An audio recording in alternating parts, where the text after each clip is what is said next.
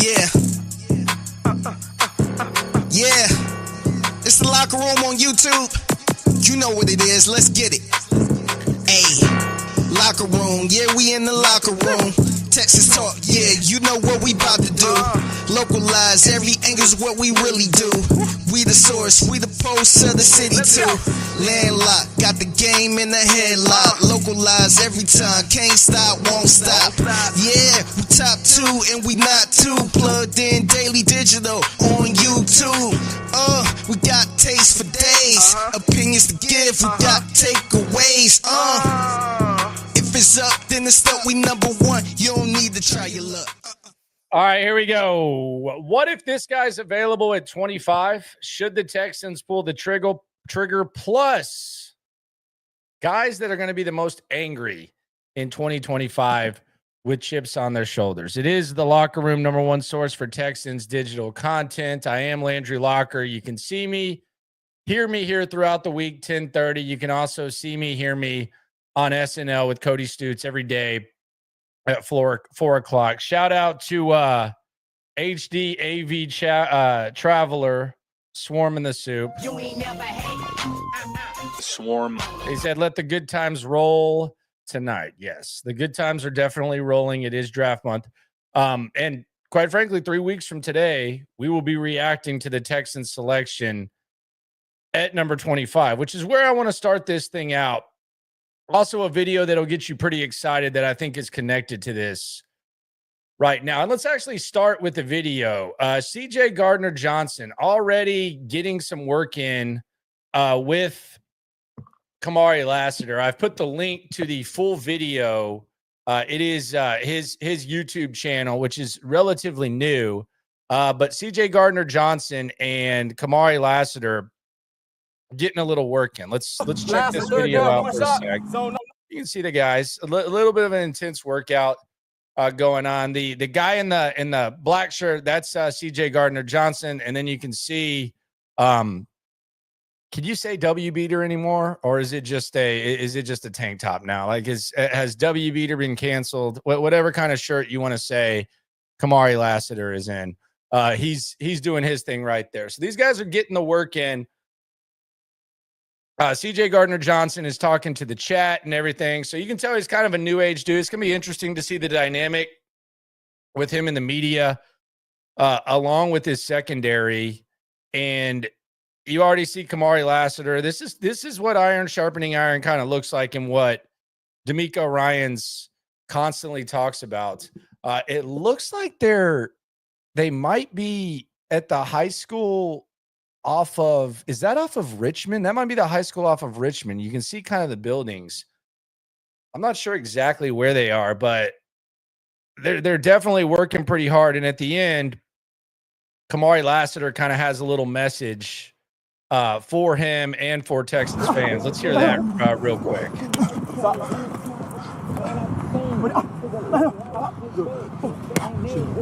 We got 3 more. Come on. Come on. Good.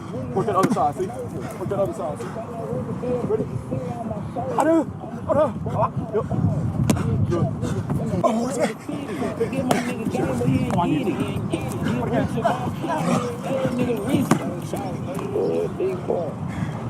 I'm over it. Very good. That's great.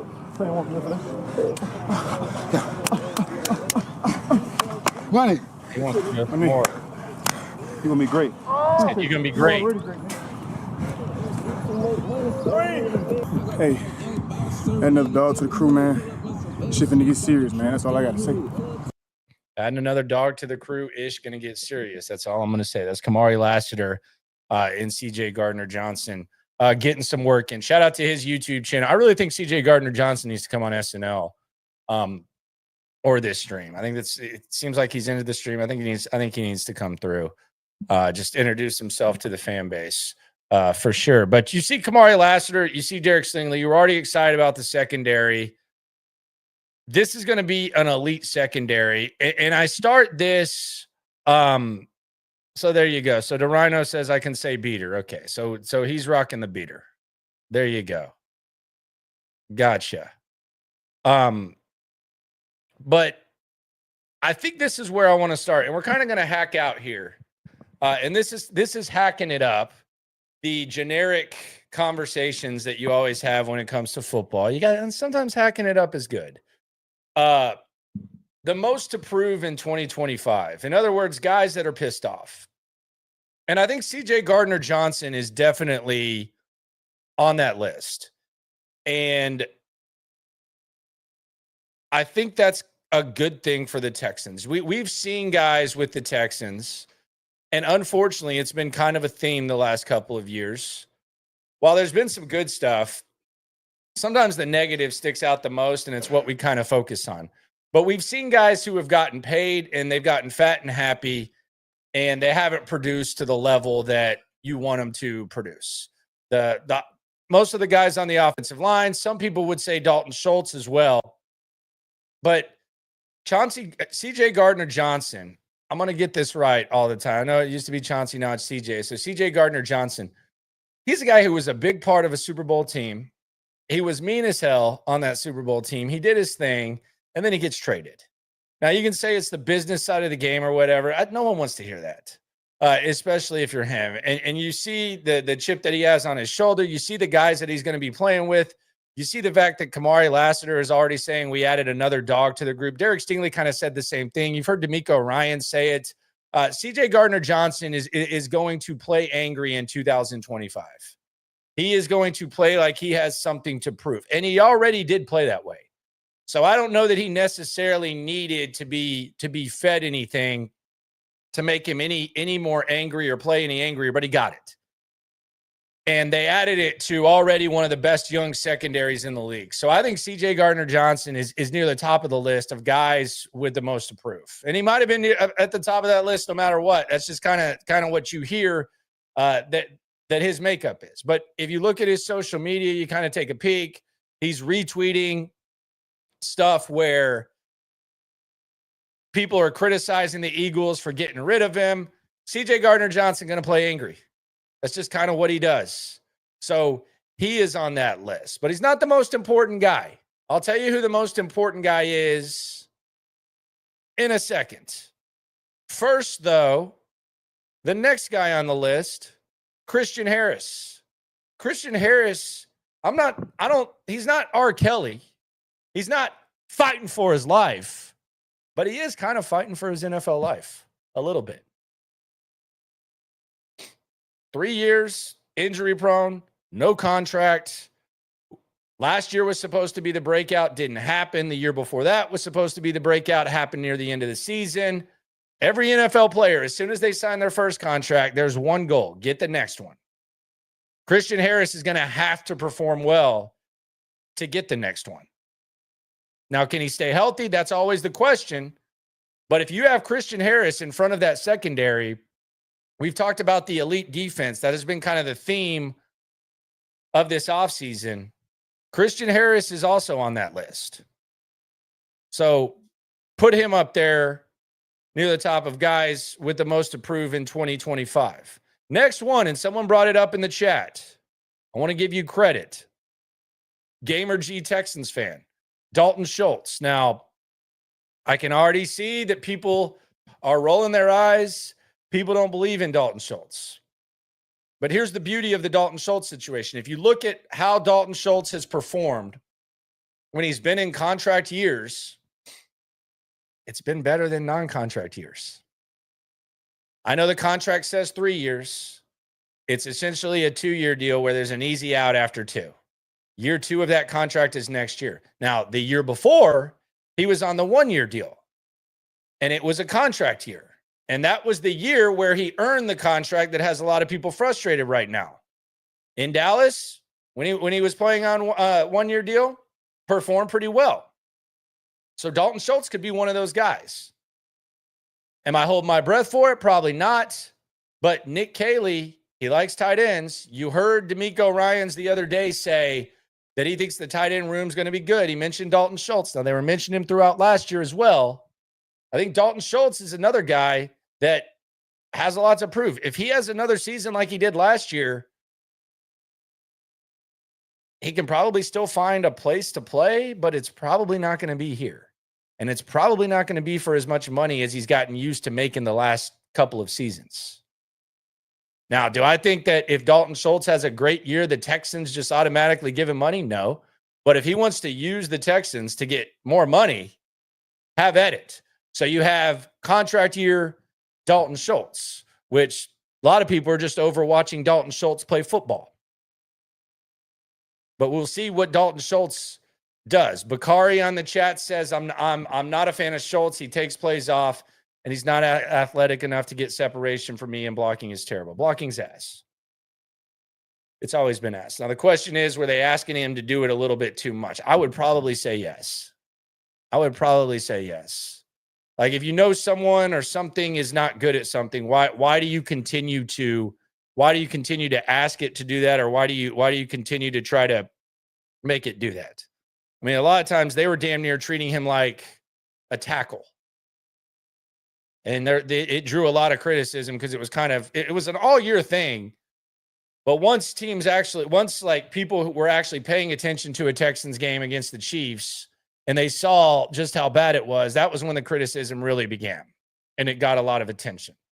But Dalton Schultz, add him to the list of guys that are going to be angry as we hack it up, guys with the most to prove this upcoming season. I know that Dalton Schultz, and I saw the message, you say he's not trying. His body language and the manner in which it looks doesn't even look like overly impressive when he is performing well. I will give him that. It's an awkward looking display when Dalton Schultz is out there. Next guy with the most to prove, and I put a question mark on this, Tytus Howard. What Tytus Howard do we see? Does Tytus Howard make the team? Is Tytus Howard going to beat out Blake Fisher at right tackle? Are they going to have him at guard? Is he going to be an expensive swing tackle? I don't know. But Tytus Howard, the guy he idolized is gone, Laramie Tunsil. Some would say a guy that he tried to move like, but he doesn't have the talent that Laramie Tunsil has. Some would say he was out of shape last year. I think that's fair. You look at the picture of him in the new uniform versus a picture in the old uniform or the picture early. I think that would be a fair assessment. And you look at what they've done. They've brought in a hell of a lot of bodies. He wasn't guaranteed the right tackle spot. They have Blake Fisher. They brought in Robinson. A lot of people thought, well, okay, you got rid of Laramie Tunsil. Tytus Howard, LT1, which was one of the craziest things that I saw. That was one of the crazier things that I saw. LT1, Tytus Howard. Really?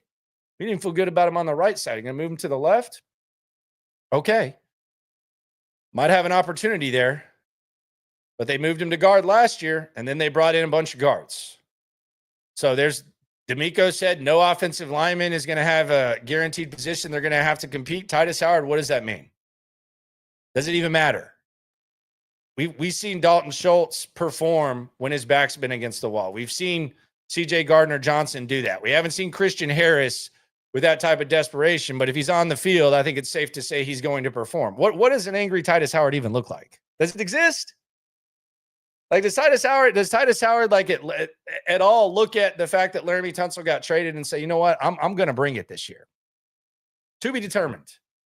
We'll see. But he's definitely, at the very least, he's fighting for his life. This is the only place that he's ever played pro football, and the uncertainty is as high as it's been for Tytus Howard. We don't know what position.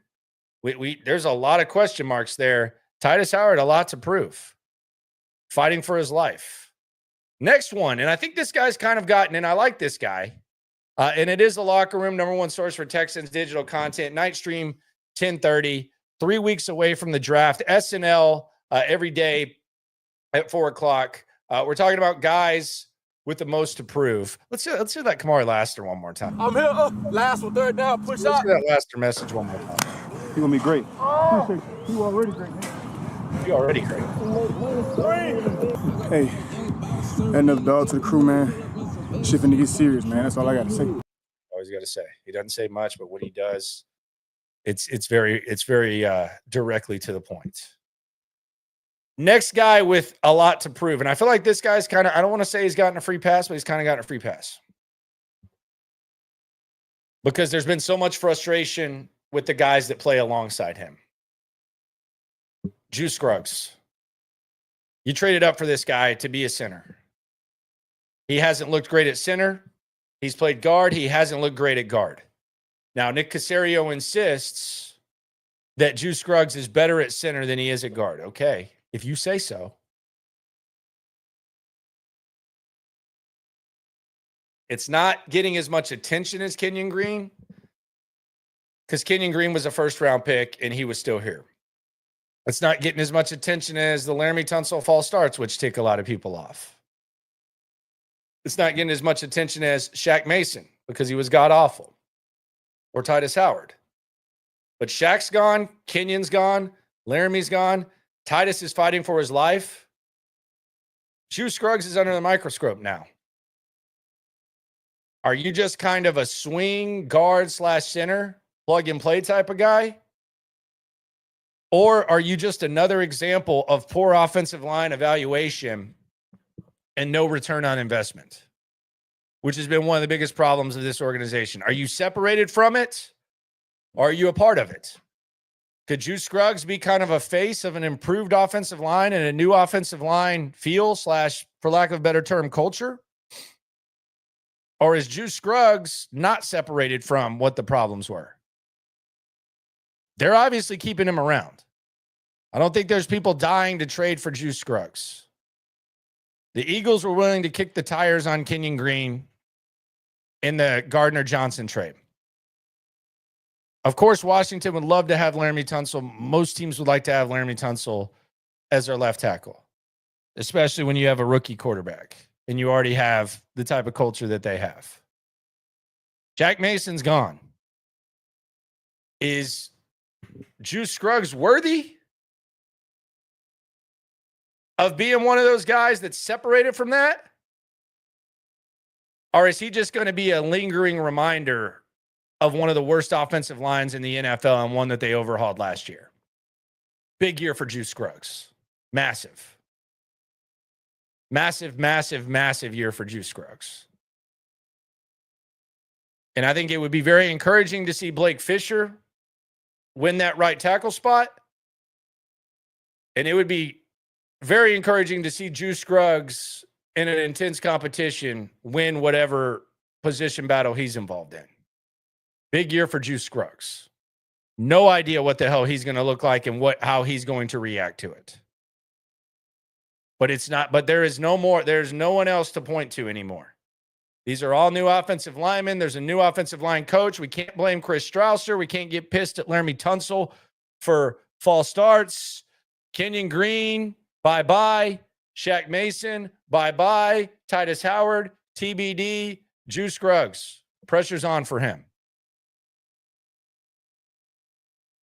Another guy. I think this one's pretty encouraging. Another guy. Christian Kirk. Christian Kirk's had a rough last couple years. He got paid by the Jags, had a good season, and then unable to stay on the field. Now, Trevor Lawrence hasn't been the most effective quarterback the last couple of years, but Christian Kirk hasn't even been available. They got Brian Thomas Jr. They don't need Christian Kirk anymore. So Christian Kirk is now on the division rival team, and he's on a prove-it deal. So Christian Kirk's got to prove himself too. 3 straight years like the last 2 he's had, you're one of those guys that's just signing 1-year deals every year.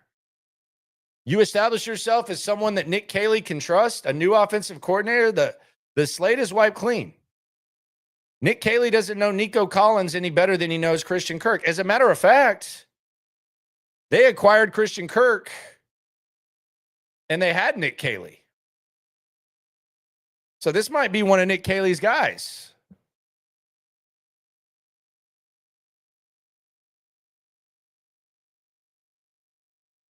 Might be someone that they're kind of excited about seeing, and that he's excited to work with. So Christian Kirk, it's a fresh start for him. He's not walking into a situation where other guys know that he's the first year in the Nick Caley system, just like everyone else. This is a legitimate fresh start for Christian Kirk. What does he look like? What does Nick Caley's offense look like? I would love to sit here and say, well, and Nick Caley's offense, he likes to do this, this. No idea. That's another mystery. But Christian Kirk, Dalton Schultz, 2 skill guys for CJ Stroud, kind of improve it years. I would put Joe Mixon on the list, but he's going to be pissed off and ready to go no matter what. We all know that. He's going to be ready to go no matter what. Now, the most important one, though, on the list, and this kind of came up today in SNL, which you can subscribe on all podcast platforms. It's available in the description. 4 o'clock is when we go live, myself and Cody Stutes, who just returned from the owners' meetings. The next one's the most important. It's the one that matters the most. And it's the one that I think fans are probably most excited about when it's brought up, but I don't think it's being talked about enough. And it's not CJ Gardner-Johnson. It's the other CJ Stroud. Allow me to explain. CJ Stroud, every year that he's been in the spotlight, except one, has had a lot of doubt as to whether or not he can perform at the ultimate level. It's actually kind of crazy that a guy that went to Ohio State, performed at the level that he performed, and was the number 2 overall pick in the draft, in the 3 out of 4 years that he's played ball and been in the spotlight, that he's kind of been questioned in 3 of those 4 years. And I think it's kind of been, if you listen to what he says and you listen to how he speaks, it's kind of one of the things that has driven him. First year at Ohio State, CJ Stroud, he wins the quarterback competition. So it's not like he was the chosen one. It's not like CJ Stroud was the guy they pointed to and said, this is going to be the next quarterback. CJ Stroud wins the competition at Ohio State, and he's their starting quarterback heading into the 2021 season. Then after he wins the competition, Quinn Ewers out there at South Lake Carroll, he does something unprecedented. A lot of people might not remember this. But Quinn Ewers skips his senior year of high school, gets $1 million NIL deal, and enrolls right before the season at Ohio State University.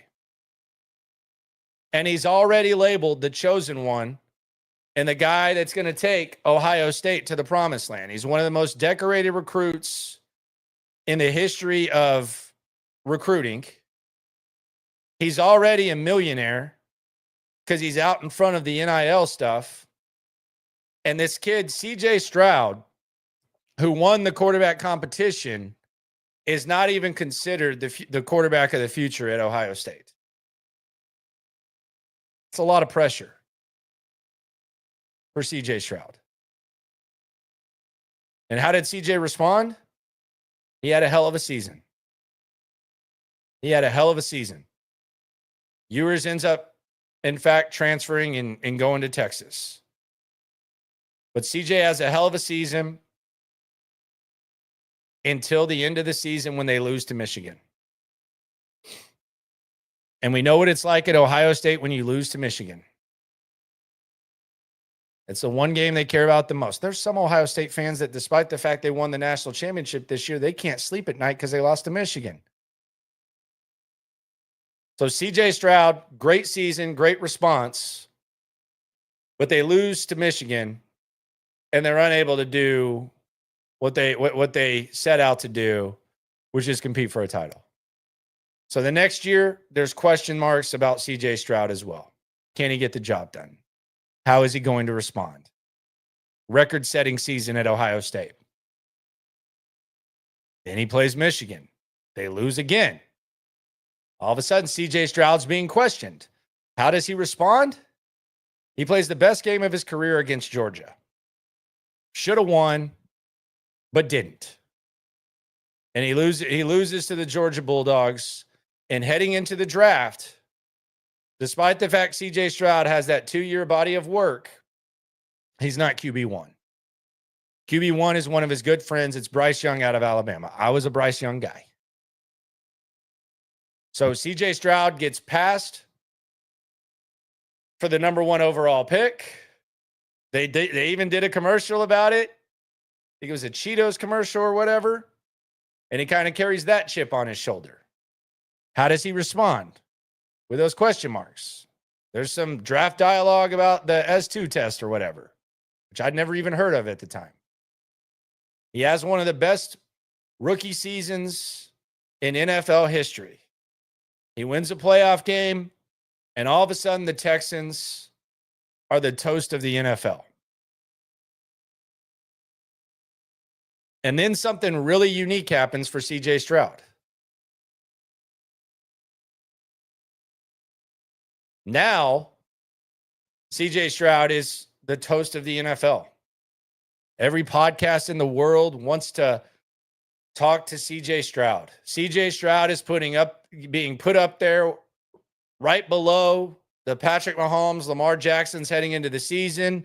The Texans are the popular pick to surprise people and win the Super Bowl. CJ Stroud himself at the end of last season said he said, I didn't want to say it was easy, but it's definitely more difficult, and I didn't control what I could control. And we've seen CJ kind of laying low. And by the standards that CJ Stroud has set, last season was a disappointment. These are based on the standards that he has set. He said control what he can control. The surroundings weren't good, but the play wasn't up to the standard that CJ Stroud has set. He was missing throws that he probably should have missed. He said he wasn't having fun. And now CJ Stroud finds himself in familiar territory because there's a lot of questions about CJ Stroud. There's questions about, hey, is CJ Stroud, did we kind of crown CJ Stroud too early? Once these surroundings get better, is CJ Stroud going to go back to doing what he's doing? Jaden Daniels is kind of the new best thing. Hell, Bryce Young finished the season strong last year. And Bryce Young's getting a little bit of hype. People are buying Bryce Young stock. So now CJ Stroud is actually in his comfort zone with all these people questioning him. And he's also gone through something that he really hasn't gone through, which is a disappointing season individually. For the most part, not just one game, but a disappointing season individually based on the standards that he set. It's also a learning experience. He's young. So this is kind of where CJ Stroud has kind of thrived. There's been one time in the 4 years that he's been in the spotlight where people have been singing his praises and he's been put on a pedestal and there haven't been question marks. Things are different. We'll see how CJ responds. But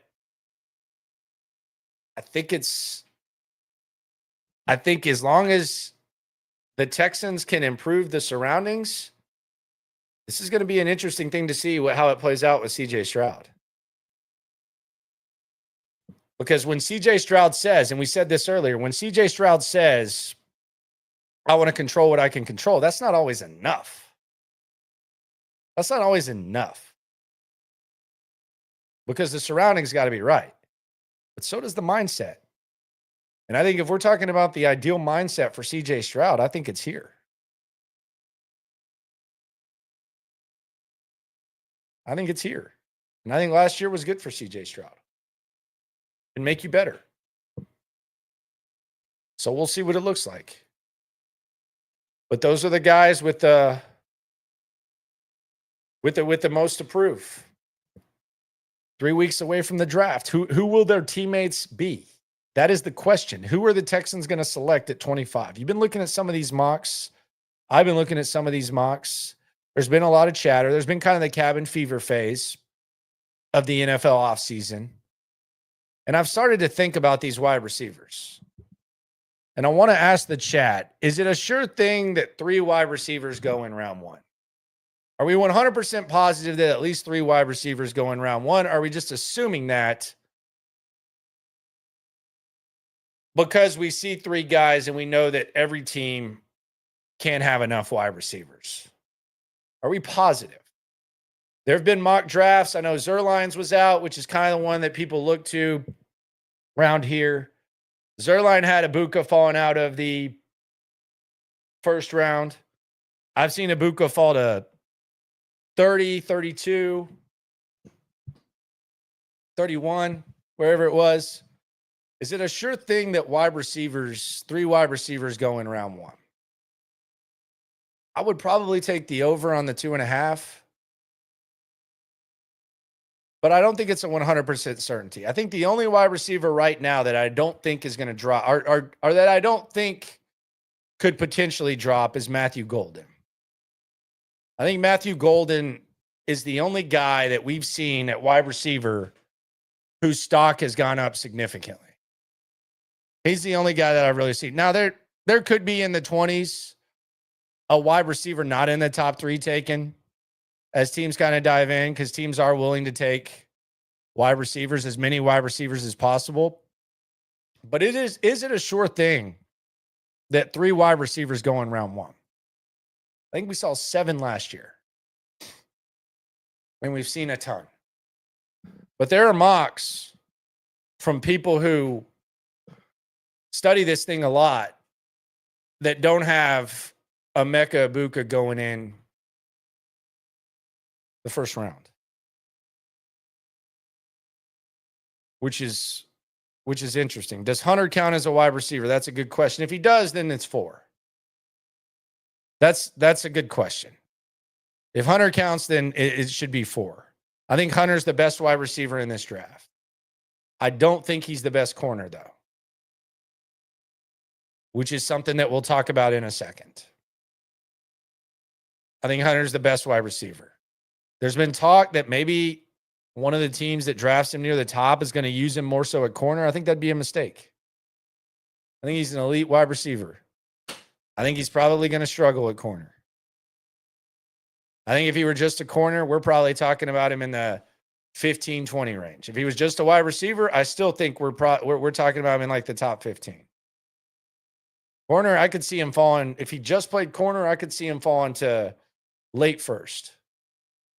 I'm not saying he's bad. I just think he's a better wide receiver. I think if you don't play Travis Hunter at wide receiver, I think you're making a big mistake. Thrill Ben Spoke says we shouldn't draft Ibuka. The question would be why. I don't disagree. My question would be why. Kyle says, why isn't your JJ Watt jersey signed? It is. He actually sent that to me at the station. It is signed, my friend. Says, Landry, thanks for all the laughs and support. Signed JJ Watt, a loyal loophole. It is signed. He gave me that. That wasn't my own jersey. JJ sent it before he went to Arizona. So it's signed. See if I think I can pull it up and show you if you want to see. Kind of a random question, but let's see. I think I can pull this up. This is actually a good technology test right here. Do like some man on the street in the house. Hold on just a sec.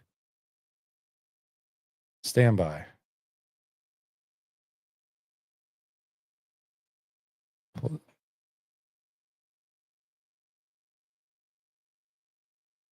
Let's see.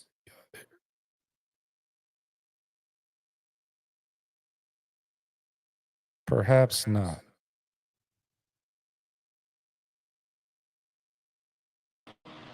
Yeah, here we go. Hold up. I'll get the camera.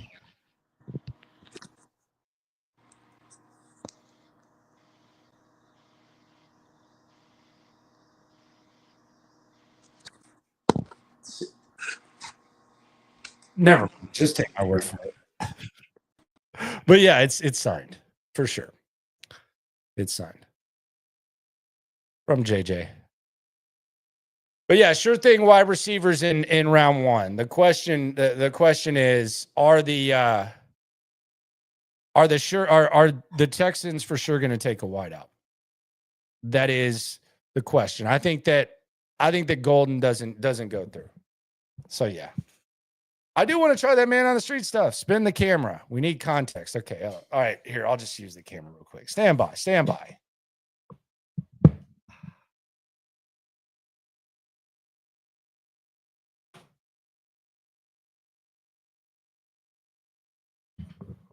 Actually, I think it's on Twitter. We'll find it. Don't worry about that. Stand by. On the what? But it's definitely the black Sharpie. Kind of does it. Hold on just a sec.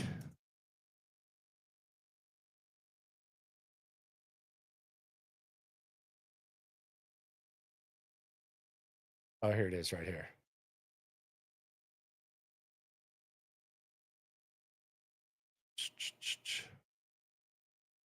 Yeah, here. You can't see it on the thing. But I've already gone in this rabbit hole. I am going to execute the man on the street. So that's it right there. What it says. Thanks for the last, blah, blah, blah. But you can't really see it on there. So that's the WAP. Anyway, there it is. There's the proof. Does you need proof? It's right there. Boom. But should the Texans take Ibuka? At one point, I was saying yes. Then I started wondering, who else is there? I do think if you're drafting for need, I think wide receiver is the need. How good is Ibuka? I don't hold it against him that he wasn't the best wide receiver in the at Ohio State, because look who he was behind. You would take any of those guys unquestioned in the first. None of those guys would even be in the range. But the guy that I talked to at Ohio State said he was a plug and play guy. That is kind of a sensitive subject, because what does plug and play mean? We said Kenyon Green was a plug and play guy. I don't think that works. Anyone who would buy a jersey made out to another person is a weirdo. So if I sold that would be a crazy sell. That'd be a really weird sell for me. But the Ohio State skill position prospects are interesting, because I asked the guy about them. He said he thinks that Judkins is kind of a zone back, one cut and go. He said Henderson's actually an elite pass blocker, explosive, and he can be a really good back. The pass blocking is something I think the Texans value. I think that's why Dare Ogunbowale has hung around. As much as they like him on special teams, I think the fact that he's a good pass blocker has allowed him to hang around. I don't know if they like Trey Henderson enough to take him in the first round. I don't know if they think of him as like a Gibbs type of guy, or a guy that can kind of be a 1A, 1B guy behind Mixon.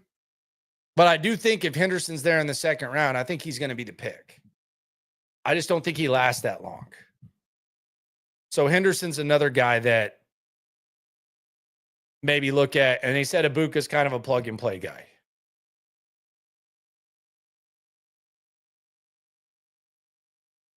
But the wide receivers, the position is intriguing when it comes to the Texans and what they might do.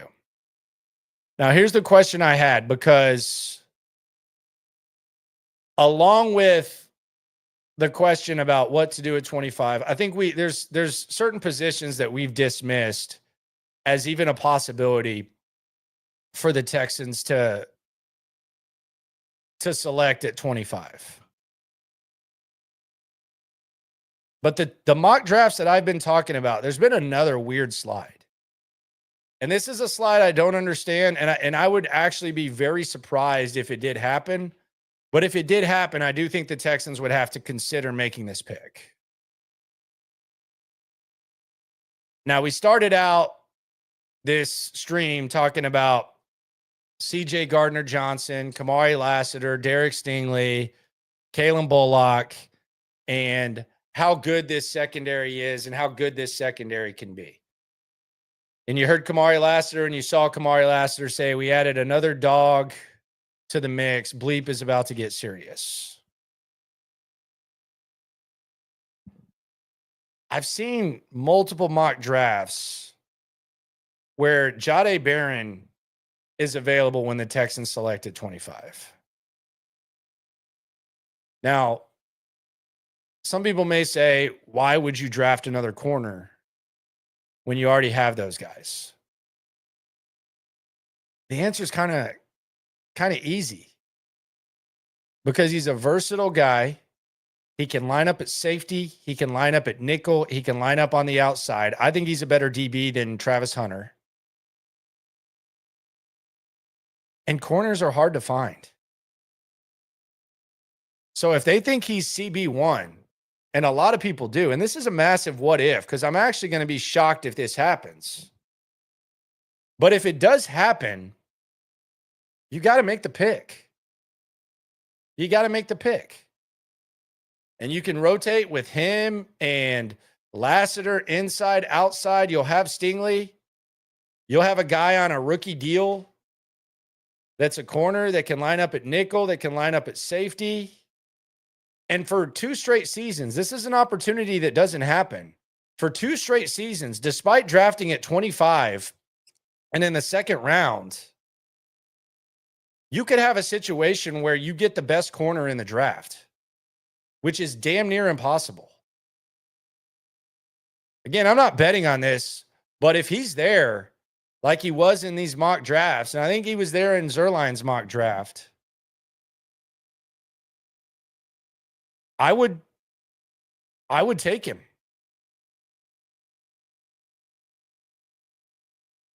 I would have to do it. And you add another dog to the mix. Don't think the opportunity is going to present itself, but if it does, you're talking about perhaps one of the best defenses in the league getting better. And it could be a long-term move. Look, we're talking about getting all the time. There's teams that have 2 wide receivers. They're talking about getting a third. You know why? Because more times than not, there's 3 wide receivers on the field. There's going to be 3 corners too. Lassiter missed some time last year. Derek Stingley, last year was the first time that he hasn't missed time.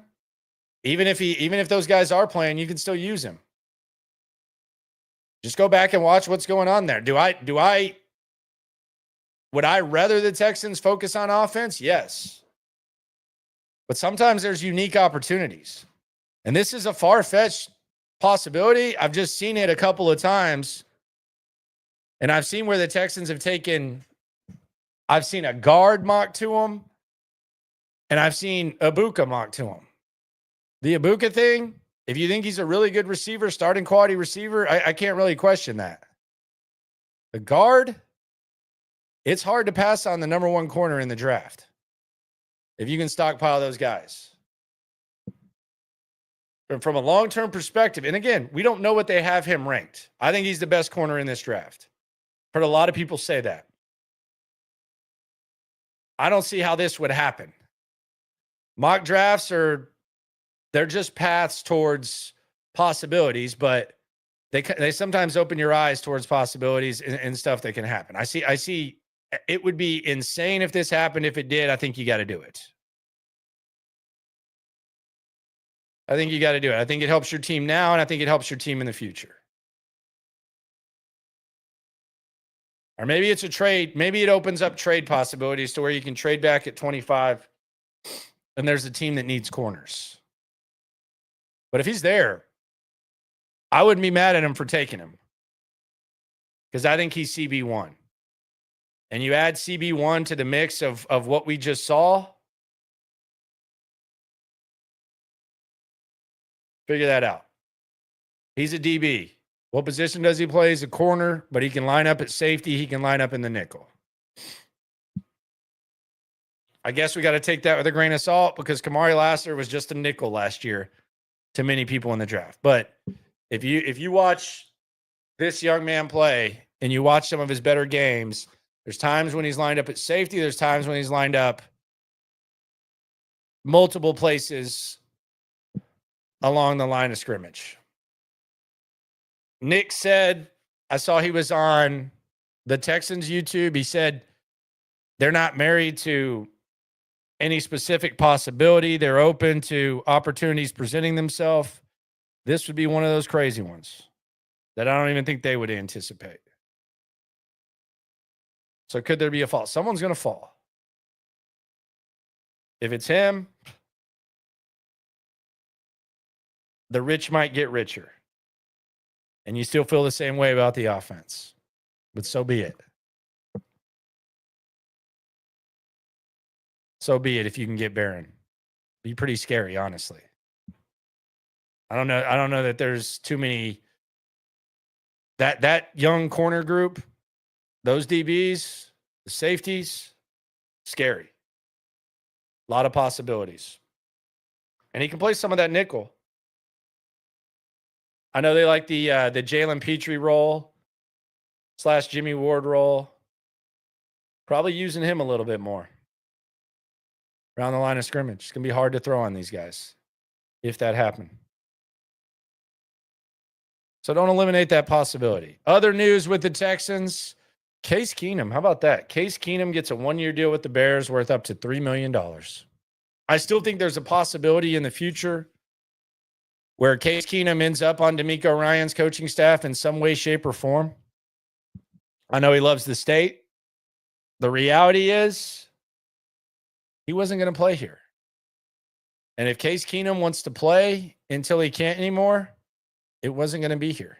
Davis Mills is your backup quarterback. You signed Davis Mills to the 1-year, $5 million contract. Davis Mills is a really good backup quarterback. Case Keenum has been a valuable asset to CJ Stroud. Got hurt last year. I don't know how much Case has left. I mean, it might be a rough watch, quite frankly. But in a perfect world, he doesn't play. He's a resource for Caleb Williams, much like he was for CJ Stroud. He's essentially an extra coach.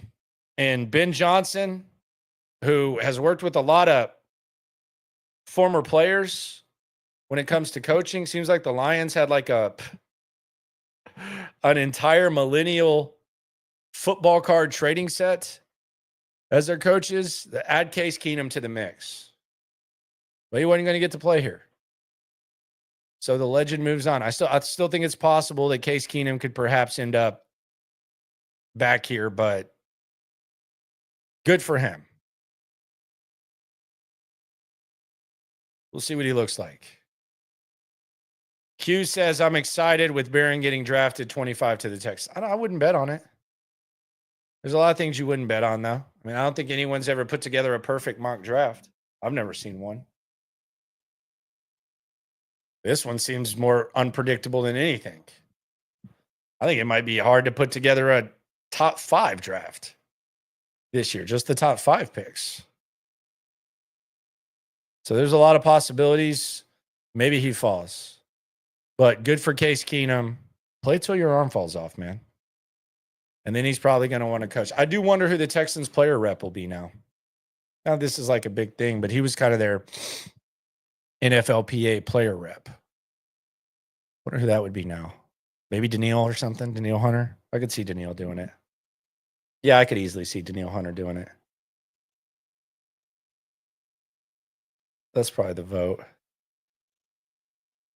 I could see Daniil sitting in a meeting just quietly,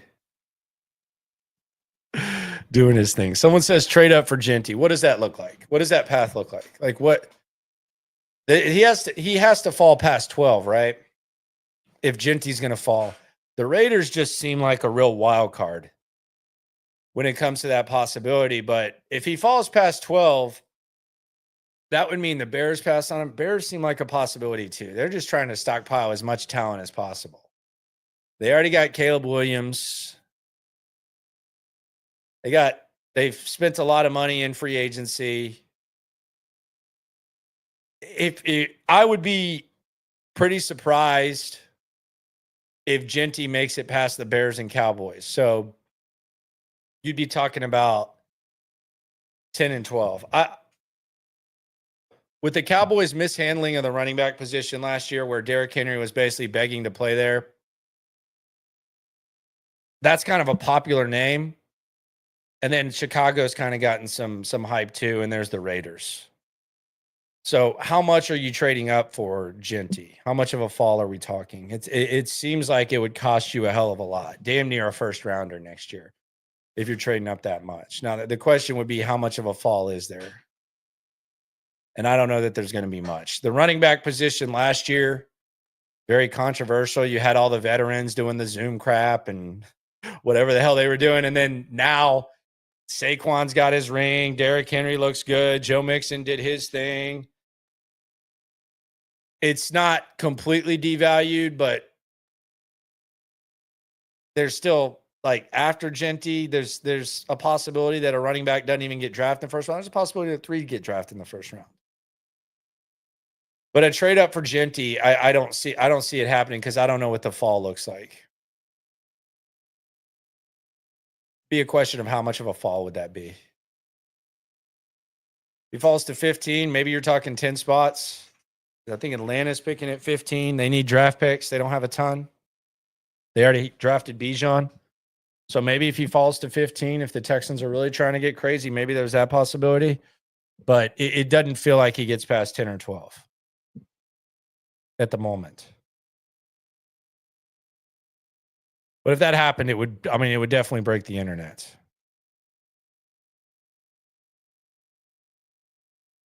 Travis Hunter's another guy that people are bringing up as potentially a fall. I don't know how far he falls. I don't know what the vision is for a lot of teams with Travis Hunter. I don't know how they envision him. I think if you're not using him as a wide receiver, it's a massive mistake. C. Smith says, I'd rather trade up for Warren. He's not getting past Indianapolis. I can assure you of that. That's the worst kept secret in the world. Indianapolis fans strongly want Tyler Warren. Strongly want Tyler Warren. I texted my guy out there in Indianapolis, I think he's one of the smarter guys when it comes to covering that squad. I actually think Indianapolis has really smart media. Really smart media. They're beat. They know that team top to bottom.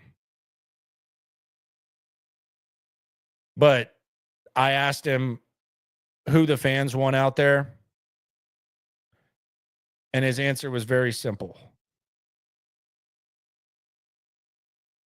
Said, who do people want in the draft? I said, it feels like all offense here.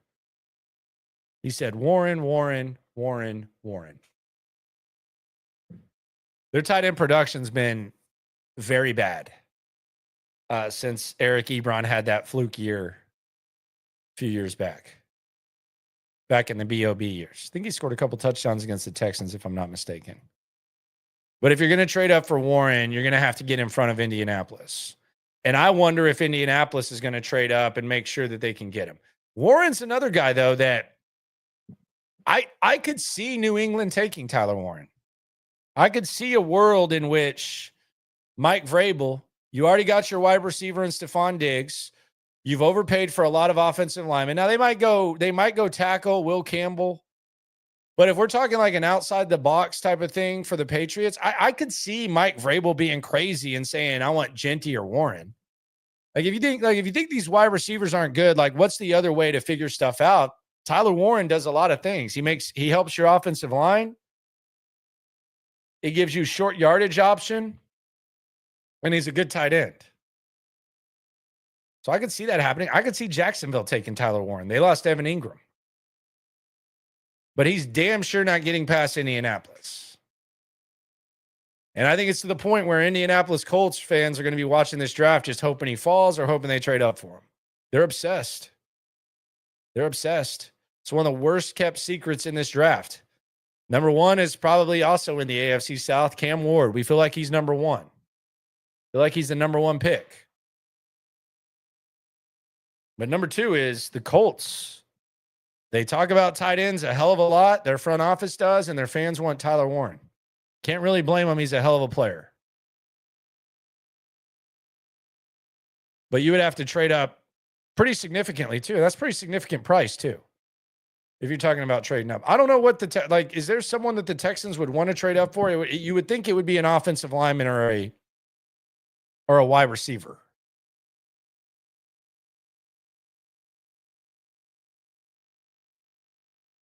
That's what you would think the trade up would be. I would be pretty surprised if they traded up for anything else. Although if they have their mindset on a running back, I think you might need to trade ahead of the two teams in your tier with Sean Payton and Jim Harbaugh. Doesn't it just feel like those guys want workhorse backs? Like with the way in which they like to play football, like Sean Payton's getting a back in this draft. Omarion Hampton could easily end up being a Bronco. If he doesn't go to Denver, I could easily see him ending up being a Charger. So I mean, you'd have to trade up a few spots there. That's just a few spots. If they're thinking running back. But I do think that's kind of a running back hotbed type when the 20s start, when we're talking about the tier 2 AFC teams. And you have extra ammunition from the Tunsil trade. So maybe you're more willing to trade. How much? Who knows? We've seen them trade up for a lot of guys. Now, a lot of times it's when they have the extra picks. Nick Caserio damn near traded up for everyone early on. I didn't quite understand what exactly was going on there, but Nick Caserio was what did McClain call him? Trader Nick. He was trading up quite a lot.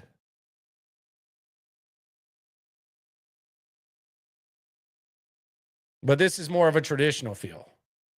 I think the trade back would be appealing too. I don't know that they draft even Worry. I think Barron's intriguing because you can line him up at safety in certain situations, and he's a corner. But even Worry, I think the CJ Gardner-Johnson move kind of dismisses that. I thought perhaps it would be a possibility before that. I don't know how that works now. I do bet they like him though, but I think they like Gardner-Johnson. So I don't see that as a 25. But none of us know. None of us know, and that's the beauty of the draft. It's almost like a old school wrestling Royal Rumble,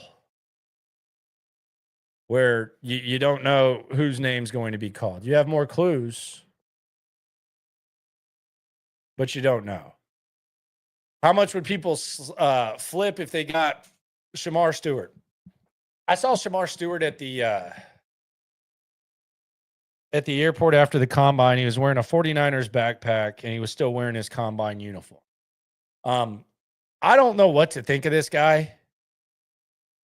He's obviously a physical freak. He obviously has a lot of physical traits, and he's athletic as hell.